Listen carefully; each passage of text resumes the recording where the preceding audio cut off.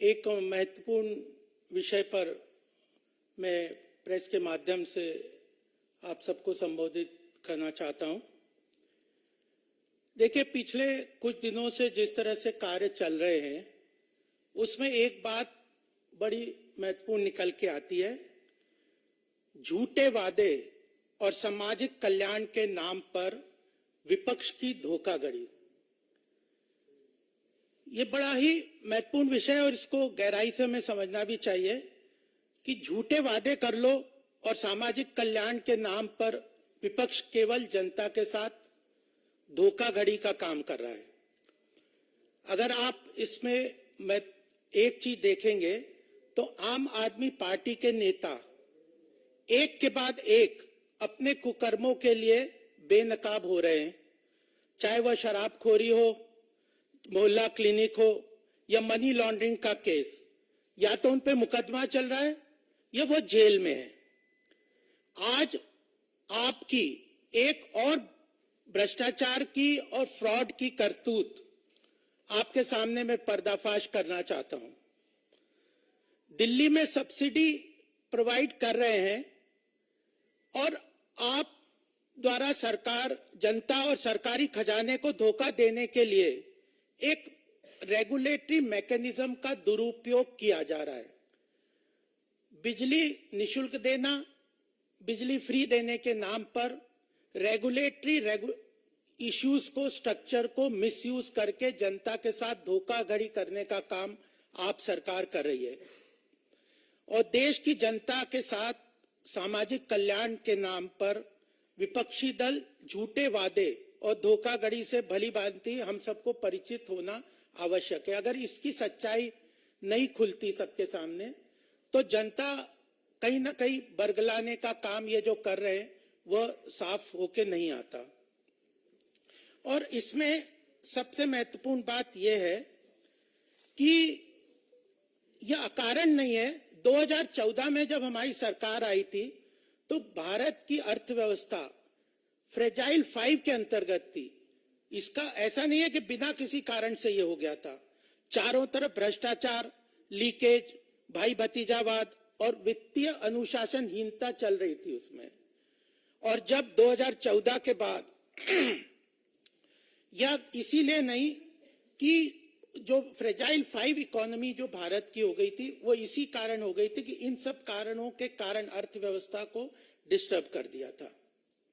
और उसके बाद 2014 से उसके बाद 9 वर्ष में इकोनॉमी में क्या आवश्यकता है कि रोबस्ट रिफॉर्म्स हो, फिस्कल रिस्पॉन्सिबिलिटी हो, साउंड मैक्रो इकोनॉमिक पैरामीटर्स हो, ईज ऑफ डूइंग बिजनेस हो, ईज ऑफ लिविंग हो। बीजेपी सरकार, मोदी सरकार ने पिछले 9 साल में अपना फोकस इन चीजों में किया, चाहे भ्रष्टाचार से लड़ाई की बात हो, लीकेजेस को जन कल्याणकारी योजनाओं से खत्म करना हो। क्लियर कट एजेंडा के अंतर्गत मोदी सरकार पिछले 9 वर्ष में काम कर रही है। और एक दूसरी तरफ अपोजिशन के पास ना कोई रोड मैप है, ना एजेंडा है और अपना वर्तमान में राजनीतिक रास्ता ढूंढने के लिए इररेलेवेंट पॉलिसीज और अनएथिकल मीन्स के द्वारा जनता को बरगलाने का काम अपोजिशन कर रही है। इसके बहुत सारे एग्जाम्पल हैं, जिसमें से एक महत्वपूर्ण एग्जाम्पल मैं और आपके सामने रखूंगा। अभी रिसेंटली कर्नाटक में जो डिप्टी प्राइम मिनिस्टर ने खुद ये कहा कि हमने प्री पोल अनाउंसमेंट जो किए उसमें से 40,000 करोड़ डेवलपमेंटल प्रोजेक्ट से डाइवर्ट करके हमें अपने पोल प्रोमिसेस को फुलफिल करने के लिए डाइवर्ट करना है। तो डेवलपमेंट एजेंडा को डिस्ट्रॉय करते हुए यह काम विपक्ष की सरकार कर रही है। जब हम दिल्ली में बिजली की सप्लाई की बात करते हैं, यह पूरी तरह से एक तरीके से diversion of limited state resources for buying boats का एक एग्जाम्पल है। और वह उसका पर्पस क्या है? Purpose of appeasement of certain sections of the society. यह देश की अर्थव्यवस्था के लिए भी बहुत नुकसानदेह और खराब है। फॉल्स प्रॉमिसेस, यही नहीं, फॉल्स प्रॉमिसेस कर दो, fraud on fiscal status of the government, ये और फाइनेंशियल जगलरी, ये तीनों के माध्यम से जनता को बेवकूफ बनाने का काम अपोजिशन कर रही है। फॉल्स प्रॉमिसेस हो या फ्रॉड ऑन फिस्कल स्टेटस सरकार के अर्थतंत्र पे, या financial jugglery, manipulation of financial records का काम कर रहे हैं। उसका जो एग्जाम्पल है वह है दिल्ली स्टेट में इलेक्ट्रिसिटी, जिसकी मैं बात करना चाहता हूं। दिल्ली में अगर आप डीआरसी और जो प्राइवेट डिस्कॉम कंपनीज बिजली सप्लाई करती है, और उसके अंतर्गत उन 3 कंपनियों में रेगुलेटरी एसेट्स क्रिएट हो जा रहे हैं। वो रेगुलेटरी एसेट्स क्या हैं?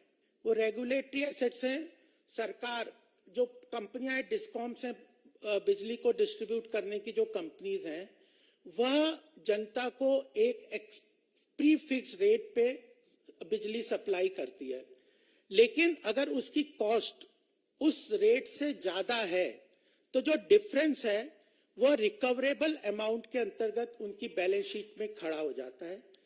अगर वह सरकार उस डिफरेंस अमाउंट को उन बिजली की कंपनी को देती है तो सब्सिडी के माध्यम से वह रिकवरी होती है। अगर वो नहीं देती तो वह जो डिफरेंस है, जो बिजली की कंपनी को एक अमाउंट के अनुसार जो उनकी कॉस्ट है और रिकवरी के अंदर जो डिफरेंस है, उस डिफरेंस अनरिकवरेबल अमाउंट को ना सरकार ने उनको दिया, ना जनता से अगर उन्होंने लिया, तो वो रेगुलेटरी एसेट्स के नाम से उनकी बैलेंस शीट में खड़ा हो जाता है। और यह रेगुलेटरी एसेट्स कुछ नहीं है बल्कि अनरिकवरेबल अमाउंट है, जो प्राइवेट कंपनी की बैलेंस शीट्स में लिखा जाता है। और या ऐसा नहीं है कि छोटा मोटा अमाउंट है। अगर हम 3 रेगुलेटरी कंपनीज को देखें, बीएसईएस राजधानी, बीएसईएस यमुना पावर और टाटा पावर कंपनी, इन तीनों कंपनियों के बैलेंस शीट्स को जब हमने अध्ययन किया तो पिछले कई वर्षों से, खासकर 2014 से जब दिल्ली में आप गवर्नमेंट आई है, अंडर रिकवरी अमाउंट, एक तरफ तो वो कह रहे हैं कि जनता को हम निःशुल्क फ्री बिजली दे रहे हैं, कम कॉस्ट पे दे रहे हैं, और उन कंपनियों को वह पैसा नहीं दे रहे, तो वह अंडर रिकवर्ड अमाउंट जो है उनकी बैलेंस शीट्स में अन रेगुलेटरी एसेट्स के नाम से खड़ा हो जा रहा है। और एक तरीके से वह जो अमाउंट है वो कंपनियां फ्यूचर में पब्लिक से रिकवर करेगी। रेगुलेटरी एसेट्स एक तरीके से रिकवरेबल अमाउंट के रूप में उन प्राइवेट बैलेंस शीट्स के अंतर्गत उनकी बैलेंस शीट में खड़ा हो रहा है, जो कि ना सरकार उन्हें दे रही है, ना जनता से वो ले रहे हैं, और अल्टीमेटली वह लायबिलिटी को फ्यूचर जनरेशंस में, आने वाले समय में वह क्रिएट करें कि आने वाले समय में जनता से ये रिकवर करेंगे। और यह छोटा मोटा अमाउंट नहीं है। तीनों कंपनी के अंदर हम देखें तो बीएसईएस राजधानी के अंदर रेगुलेटरी एसेट जो 2021-22 में है, वह खड़ा हुआ है 8,191 करोड़, 8,191 करोड़ इन 2021-22। बीएसईएस राजधानी के अकाउंट में ये अंडर रिकवरेबल, जो कि फ्यूचर जनरेशन से पब्लिक से रिकवर करते हुए यह का अमाउंट खड़ा हुआ है। बीएसईएस यमुना पावर में यही अमाउंट जो है 5,362 करोड़ है, और Tata power distribution limited company में यह अमाउंट 5,021 करोड़, यानी तीनों अमाउंट मिला के अंडर रिकवर्ड अमाउंट जो इन तीनों कंपनी में 18,578 करोड़ है, जो फ्यूचर में ये कंपनियां रिकवर करेगी पब्लिक से। और यही नहीं, केवल इस पे जो रेगुलेटरी सिस्टम है उसके अंदर 8% का इंटरेस्ट इनको पेबल है, और 8% अगर 18,000 करोड़ 18,578 करोड़ पे लगे, मिनिमम है 8%। वो कंपनियां तो और डिमांड कर रही हैं, लेकिन 8% उनको रेगुलेटरी सिस्टम के अनुसार उन्हें इंटरेस्ट देना होता है, तो वह 1,486 करोड़ बनता है, लगभग 1,500 करोड़ एनुअल इंटरेस्ट बनता है। यानी 18,578 करोड़ तो रिकवरेबल अमाउंट 2021-22 में, क्योंकि 22-23 की अभी बैलेंस शीट नहीं बनी थी तो वो फिगर मेरे पास नहीं है, और 1,500 करोड़ का इंटरेस्ट हर साल इन कंपनीज को जनता को देना पड़ेगा, प्लस जो अंडर रिकवरी है, क्योंकि हर साल अगर एवरेज में लगभग 3,500 करोड़ की अंडर रिकवरी दिल्ली में चल रही है, तो 5,000 करोड़ का लगभग अप्रोक्सीमेटली हर साल एडिशनल बर्डन के नाम पे भ्रष्टाचार, फ्रॉड है दिल्ली की जनता में। फ्री बिजली के नाम से वो कहने का बात कर रहे हैं, ना वो दिल्ली गवर्नमेंट उसको पे कर रही है, ना वो ले रहे हैं, और फ्यूचर जनरेशन से वो लेंगे। तो 5,000 करोड़ का एडिशनल बर्डन दिल्ली की जनता को फ्यूचर के में बिजली के नाम से देना पड़ेगा, in addition to approximately 18,500 crore. और यह अल्टीमेटली जो बेसिकली बात कहने की बात है कि यह तब है, ये क्या कह रही है, दिल्ली गवर्नमेंट का स्टेटमेंट है और वह कहते हैं कि आप government claims that the power distribution companies, वो कहते हैं कि हम फ्री पावर दे रहे हैं, बट एक्चुअली में it is utterly dishonest of the AAP government to claim that they are providing electricity to some sections of the society free and at a lower cost. They are creating regulatory assets, and these regulatory assets are ballooning over the years, and it has accumulated to this amount, 1,500 crores annual interest burden, plus जो yearly जो under recovery है वो 3,500 करोड़ के हिसाब से लगभग 5,000 करोड़ का additional burden future generations को होगा। और इसके साथ ही मैं ये भी कहना चाहता हूं कि ओवर द 5 इयर्स जन कल्याणकारी योजनाओं में मोदी सरकार ने जिस तरह से डायरेक्ट बेनिफिट ट्रांसफर के अंतर्गत लीकेजेस को खत्म किया है, करप्शन को खत्म किया है, तो वो बेटर मैकेनिज्म है जन कल्याणकारी योजनाओं को जनता को देने का। और उसमें Delhi government is not doing that. यह जो पैसा जो भी वो देते हैं, जितना भी अमाउंट सब्सिडी का लगभग 3,200 करोड़ दे रहे हैं, ये जो मैंने अमाउंट बताया उसके ऊपर के सारे अमाउंट है। 3,200 करोड़ जो देते वो डायरेक्ट बेनिफिट ट्रांसफर के थ्रू ना देके कंपनियों को दे रहे हैं, तो वो भी कॉर्पोरेट सेक्टर को यह सब्सिडी दे रहे हैं, यह भी एक बात है। और 2018 में दिल्ली के एलजी ने कहा था कि इस सारी स्ट्रक्चर को, चाहे रेगुलेटरी एसेट्स को क्रिएट करने की बात हो, चाहे अंडर रिकवरी की बात हो, या डायरेक्ट बेनिफिट के अंतर्गत ना ट्रांसफर करके कॉर्पोरेट सेक्टर को ये लोन देने की बात हो, इसका सीएजी के माध्यम से ऑडिट करवाना चाहिए। लेकिन 2018 से दिल्ली गवर्नमेंट, आप गवर्नमेंट इस चीज के लिए एग्री नहीं कर रही, और वह सीएजी ऑडिट के लिए इन कंपनीज के ऊपर इसको अंतर्गत लागू नहीं कर रही। तो डायरेक्ट बेनिफिट ट्रांसफर नहीं कर रहे, जो सीएजी का ऑडिट नहीं करवा रहे, कॉर्पोरेट सेक्टर को सीधे पैसा ट्रांसफर कर रहे हैं, अंडर रिकवरी कर रहे हैं, और इंटरेस्ट बर्डन और जो कंपनीज को पूरा पैसा जो डिस्काउंट के रूप में वो कहते हैं कि सस्ती बिजली और वो हम दे रहे हैं, वो पैसा भी पूरा नहीं दे रहे, और ये एक्यूमुलेटेड होते जा रहा है, फ्यूचर जनरेशंस को इसको देना पड़ेगा। और मैं यह भी बात कहना चाहता हूं कि अल्टीमेटली इकोनॉमी में कोई फ्री लंच होता नहीं है। अगर आप जन कल्याणकारी योजनाओं में प्रॉपरली बजट कर रहे हैं, सरकार अगर कोई जन कल्याणकारी योजना अनाउंस करती है तो उसको अपने बजट के प्रावधान के अंतर्गत उनको अगर पैसा देती है तब तो ठीक है, otherwise it is a fraud on the people, it is a manipulation and financial jugglery on the part of the government, those who do. और इसके एग्जाम्पल एक नहीं है, कई है। मैंने कर्नाटक का आपको बताया, पहले भी हमने देखा कि यूपीए सरकार ने ऑयल बॉन्ड्स के रूप में 1.25 लाख करोड़ का liability oil distribution marketing company को ना देके फ्यूचर जनरेशंस में उस लायबिलिटी को डाला।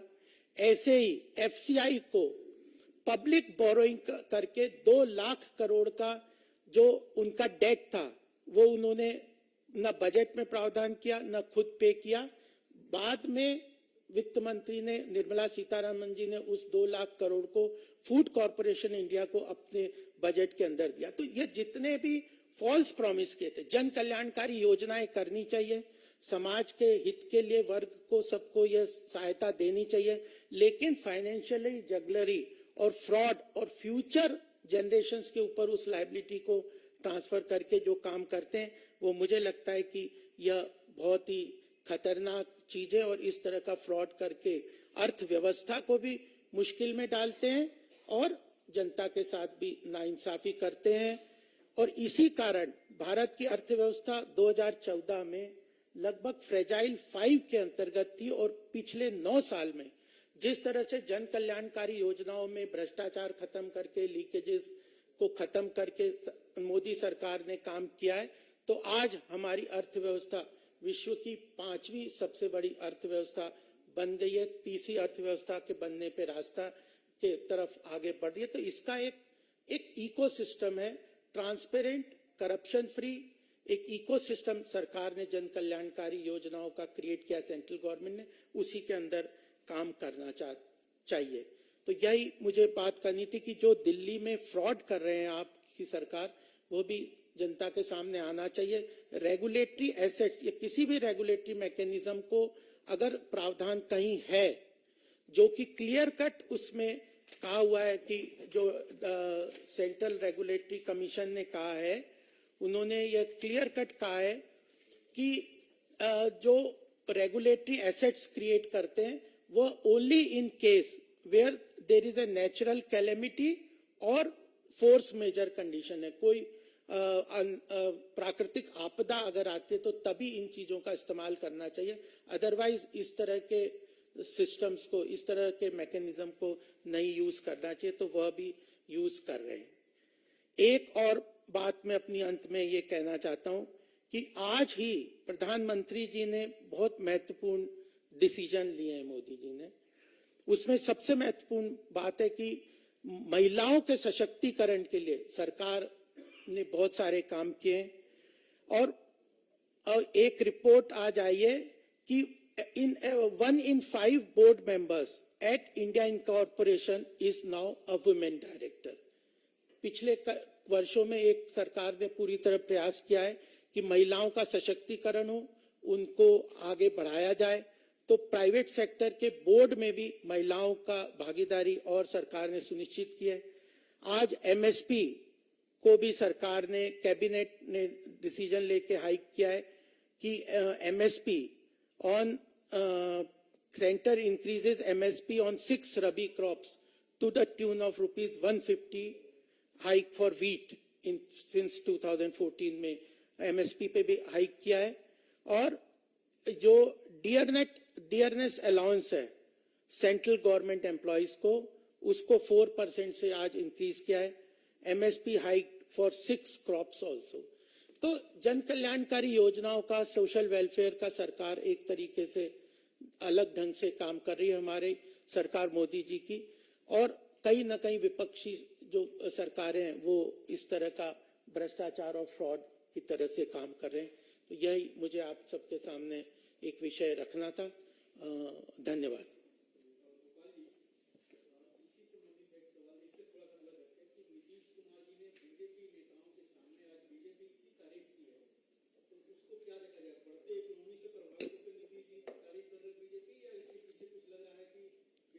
नहीं, देखिए, आज का विषय मैं यही बता रहा हूं कि जिस तरह से जो सरकारें हैं झूठे वादे और सामाजिक कल्याण के नाम पे जनता के साथ धोखाधड़ी कर रही है, उसी को उजागर करने का बात है। और इसके 1-2 एग्जाम्पल नहीं, कई सामने आते हैं। उसी पे हम लोग, अगर इस पे कोई बात है रेगुलेटरी एसेट्स या कोई जिस तरह का फ्रॉड कर रहे हैं, उस पे आप पूछ सकते हैं अगर किसी को कोई।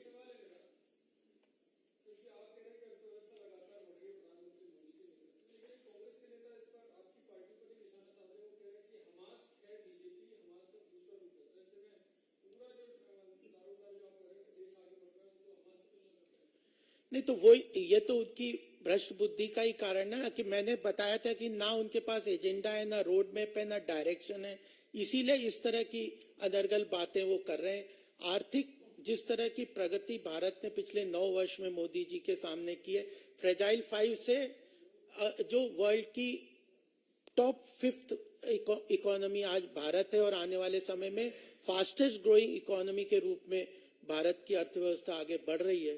तो ये अपने आप में फॉरेन एक्सचेंज रिजर्व्स को देख लीजिए, जो कि इंटरनेशनल लेवल पे ट्रेड जिस तरह बढ़ रहा है, ये सारी बातें ये महत्वपूर्ण है, जो कि केवल भारत की सरकार या जनता ही नहीं करी, इंटरनेशनल एजेंसीज भी इस बात को एक्सेप्ट कर रही है कि एफडीआई के रूप में जिस तरह भारत में इन्वेस्टमेंट आ रहा है, यह सब एक महत्वपूर्ण बात है।